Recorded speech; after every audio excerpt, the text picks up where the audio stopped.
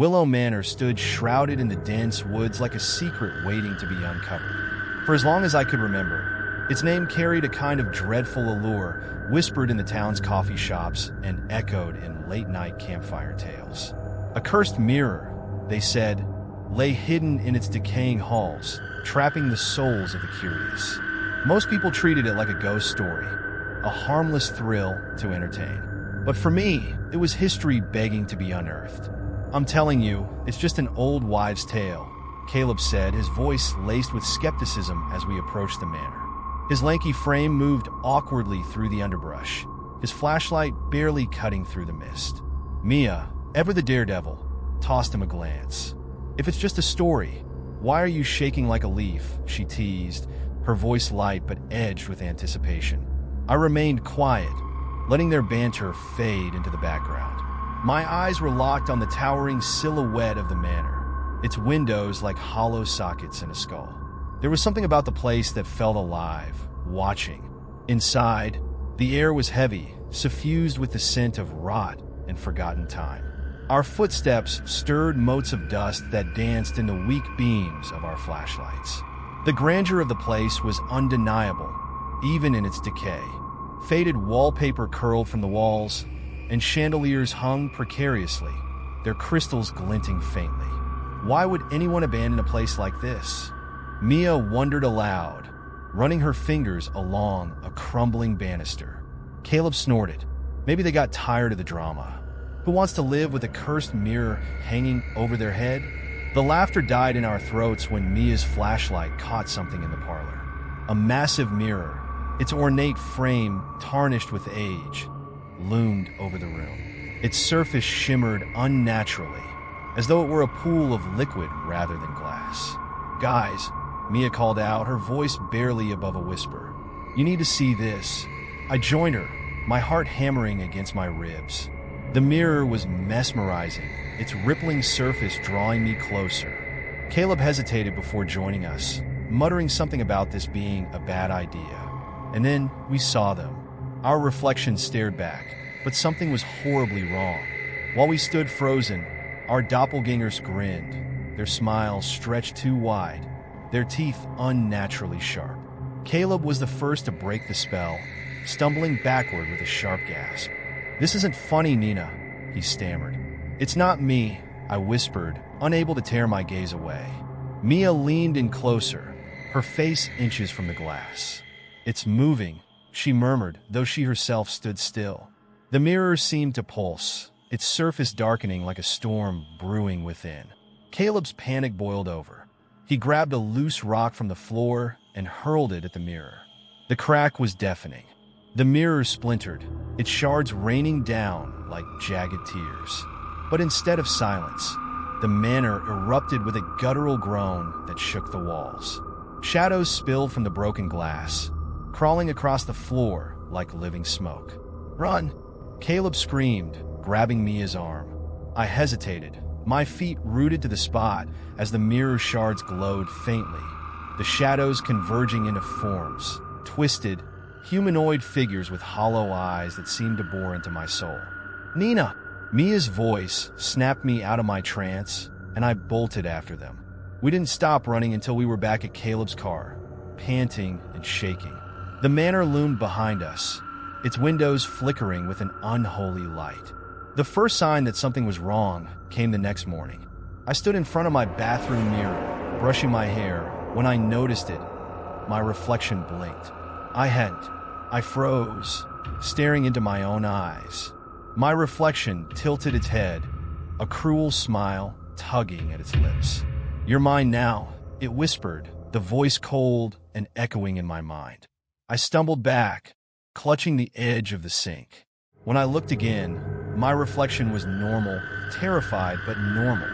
I convinced myself it was a trick of the light, my overactive imagination playing on the fear from the night before. But it didn't stop.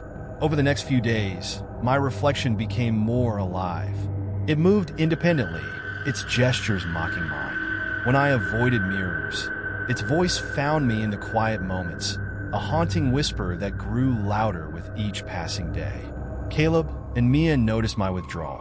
"You're not yourself, Nina," Mia said, her concern evident. Maybe we should go back and destroy that mirror for good. I wanted to argue, to tell her that it was already too late. The mirror wasn't just in the manor. It was in me. The night it claimed me. I woke to find my bedroom mirror glowing faintly, the same rippling surface from the manor. My reflection stepped forward, its movements deliberate and predatory. "You can't fight it," it said, its voice a mix of mine and something otherworldly. "You belong to us now." I screamed as its hands reached through the glass, pulling me toward it. The cold grip of the mirror's surface enveloped me, dragging me into its depths. When Caleb and Mia returned to Willow Manor, they found the mirror restored, its surface smooth and undisturbed. "Nina," Mia called out, her voice trembling. My reflection appeared, grinning wickedly. But it wasn't me anymore. Caleb raised a sledgehammer, his jaw set. "We end this. Now." The last thing I saw before the mirror shattered was their terrified faces as the shadows consumed the room. Even now, I wait within the shards, my soul trapped with countless others. The manor still stands, its cursed mirror waiting for the next curious soul to gaze too long. The antique shop caught my eye as we wandered through the quiet streets of Charleston, South Carolina. Its peeling sign, "Curiosities of the Past," hung lopsided over a weathered wooden door. I couldn't resist its charm. History always called to me, and there was something about this place, tucked away from the world, that seemed to promise hidden treasures. Daniel, my younger brother, wasn't as enthusiastic. "Another old junk store?" he groaned.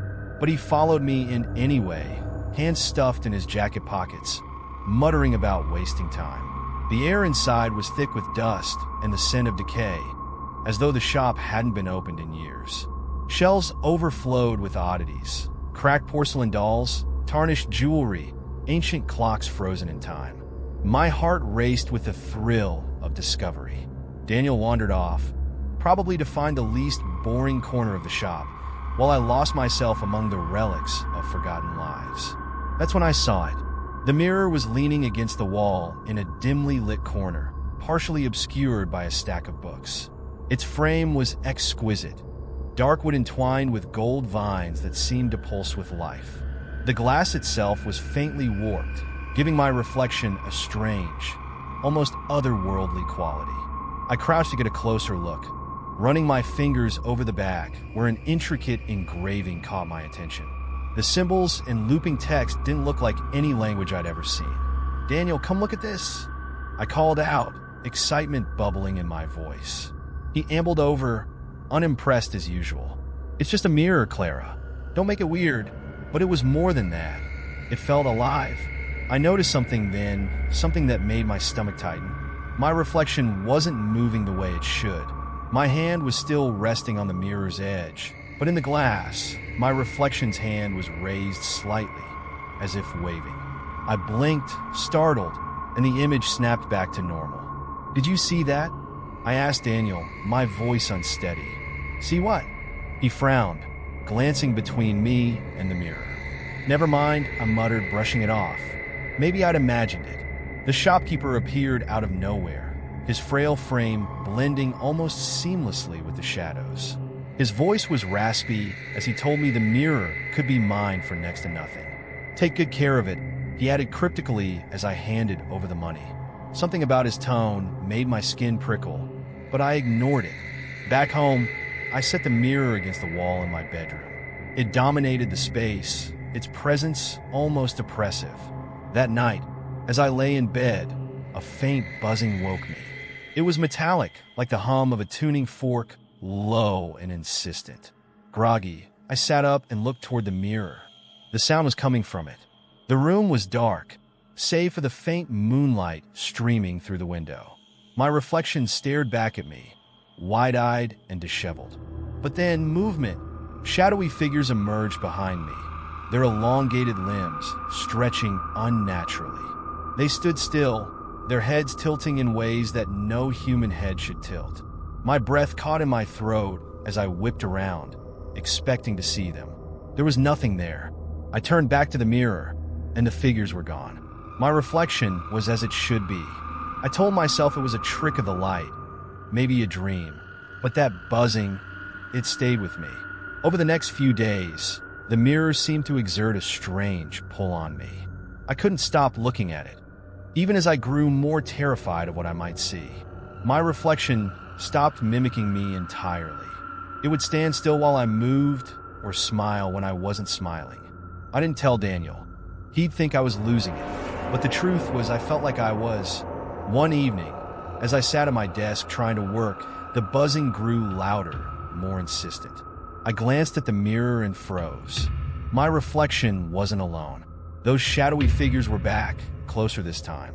One of them reached out, its long, spindly fingers brushing the glass. That was it. I couldn't take it anymore. Grabbing a blanket, I threw it over the mirror, hoping to block out whatever malevolence it held. But the buzzing didn't stop.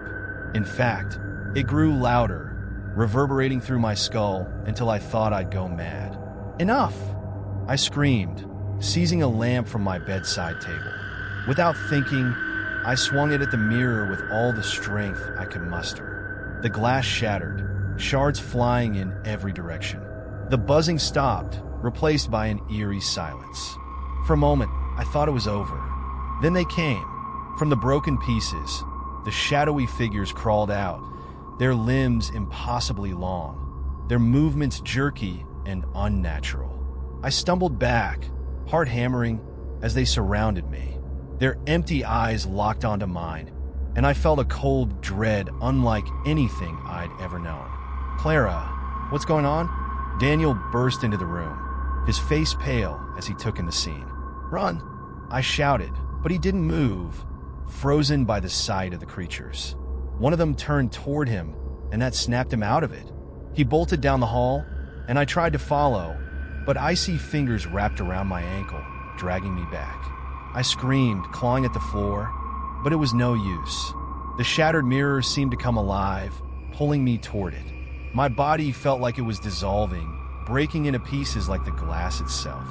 Just as I was about to be consumed, the shopkeeper appeared in the doorway. His face was expressionless as he watched me struggle. "You broke it," he said simply. "That wasn't supposed to happen. Help me," I begged, tears streaming down my face. He shook his head. "The mirror traps souls. Now, it's claimed yours." And then I was gone. I don't know how long I've been here. Days? Weeks?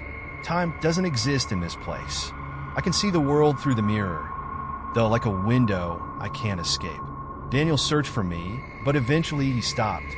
The shopkeeper repaired the mirror and returned it to its corner in the store, waiting for the next unlucky soul.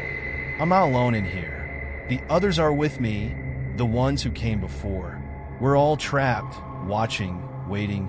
One day, someone will see the mirror, drawn to its beauty, and ignore the unease stirring in their gut.